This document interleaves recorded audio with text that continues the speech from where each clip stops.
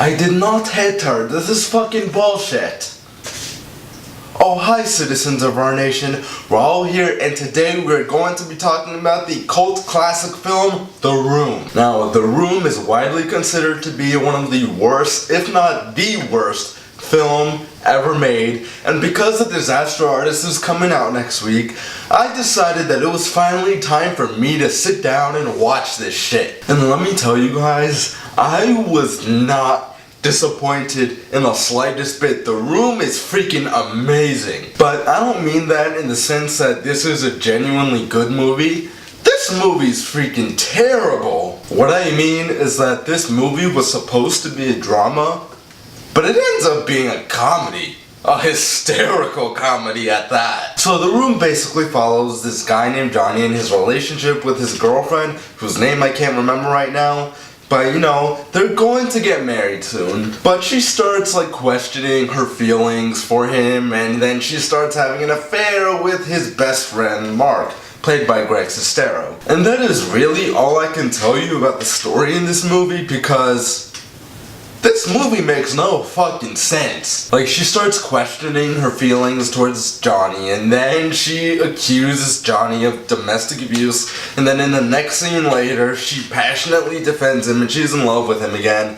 And that's how this film continues throughout its entire runtime. Oh yeah, and let's not forget that she has sex with his best friend several times during the movie. And then this film has several subplots that are brought up and then are instantly forgotten soon as the scene is over. Like, there's this one kid named Denny who, in one scene, we see that he has a conflict with a drug dealer, but then it's never mentioned again for the rest of the movie. There's Johnny's girlfriend's mother who casually mentions that she has breast cancer in one scene, not mentioned again for the rest of the movie. And then that same kid, Denny, he starts hitting on Johnny's girlfriend, Lisa. Yes, I remember her name.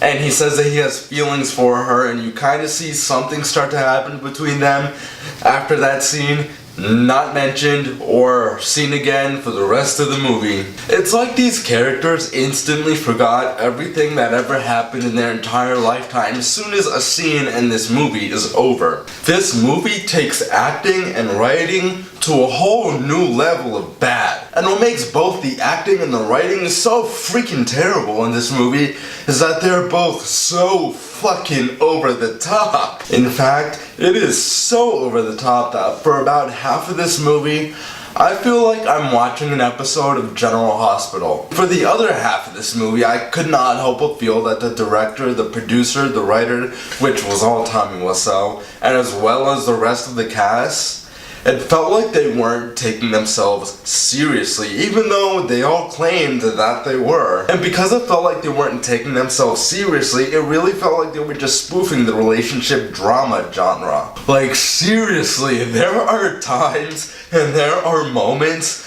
where this movie feels like a Saturday Night Live sketch. And not just any Saturday Night Live sketch, a really good Saturday Night Live sketch, because I'm not gonna lie, I was laughing hysterically throughout this film. The dialogue was not very subtle at all, and that made me laugh so hard. For example, there's this one moment where Johnny starts suspecting Mark of having sex with his girlfriend, and they're at a coffee shop, and he blatantly asks, "So, how's your sex life?" I'm not gonna lie, I started dying when he said that. Like, let's talk about the scene where Mark almost kills his psychiatrist friend. Like, he's hanging him over a building, then they have a conversation and he pulls him back up, and then they're best friends again, and they pretend that that whole incident just didn't happen. I was laughing so hard at that. This movie is just, it's indescribable. Like, I feel like I can't even say much,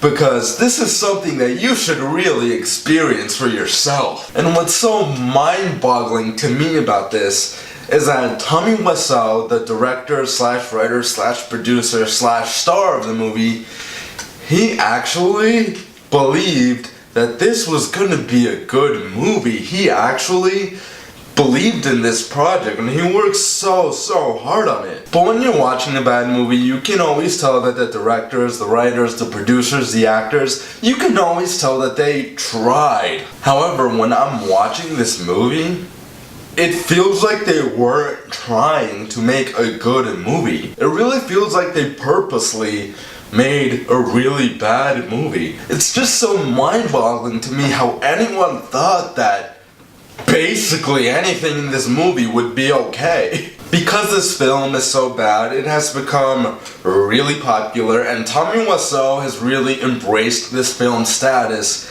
as the worst film ever made. To this day, this film is still being screened like almost every single week in several theaters in Los Angeles and in New York. And sadly, I did not see this film at one of those screenings. I bought the Blu-ray. But I'm absolutely fascinated by this film now. So I definitely plan on attending one of those screenings sometime soon, hopefully. I want to experience this film with an audience so we can all laugh and make fun of this movie on the big screen in one giant room together. And now, after having seen The Room, I was already excited to see The Disaster Artist, but now I'm even more excited. I cannot wait for next week for The Disaster Artist to come out in my area. Overall, if you consider The Room to be a drama film, it is the worst film ever made. However, if you consider it to be a comedy, it is the greatest comedy ever made. As for the rating,